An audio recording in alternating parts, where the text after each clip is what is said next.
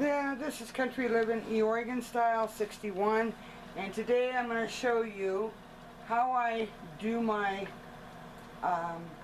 tomatoes for the dehydrator. I cut them up about, you could probably cut them other ways than what I do them, but I cut them about a 1/4 inch thick. And sometimes they're not real straight, but you know, I don't really care because they're going into soups, they're going into other things that I'm going to make. Then I turn around and some of them I'll powder. Of course, I cut my thumb earlier today, so you're going to have to excuse that. I don't know whether you probably can't see it, but you'll see the end result here. If you cut them any shorter or any thinner than that, you're going to have tomatoes that stick to your trays. Then all you're going to have is the outside ring, and you don't want that. This is going to be a little iffy right here. It'll stick.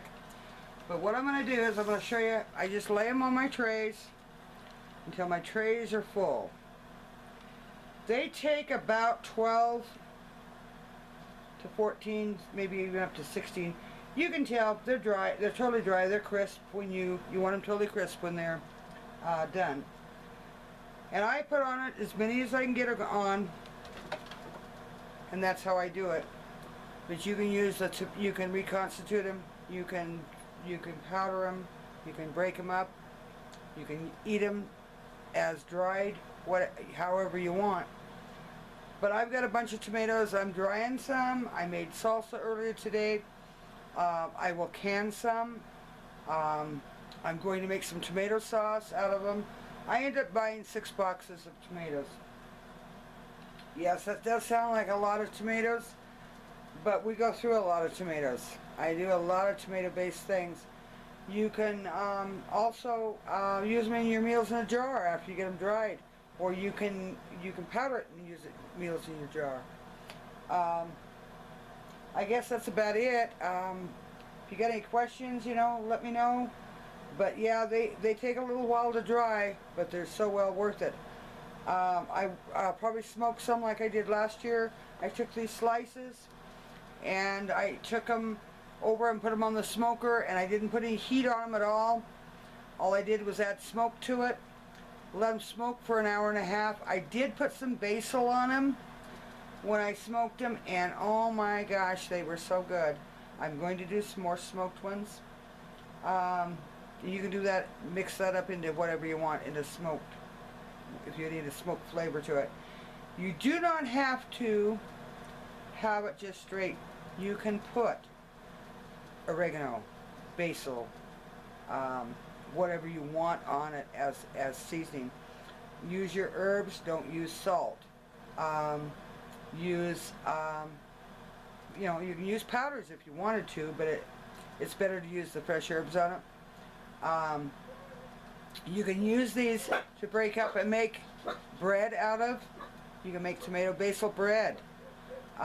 You can do a lot of different things. You let your imagination run wild. You can do anything with them. But you can season them now, or you can add it to what you're making later on. These right now I'm just going to put plain because I'm going to powder them. That way I can use them in other things. But I'm going to do some other ones for smoked, and I might do. I probably put the basil back on it because man, it was really good with the basil on it. So anyway, that's how I do it.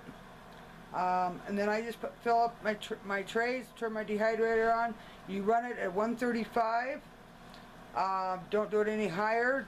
Don't do it any lower. It takes longer. They could mold if you do it lower than 135. Otherwise, that's about it. It's easy to do. Just cut them about a 1/4 inch thick. If it's a little bit over, it's better to have a little over than it is a little under, because, like I say, the insides where the seeds and stuff are, they'll stick to your trays.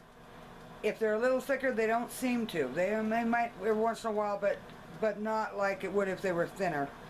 And you want all that tomato. You don't want to just, you know, lose part of it. So, anyway, I will catch you later or catch you on another video. You guys take care. Thank you for watching. You have a good day.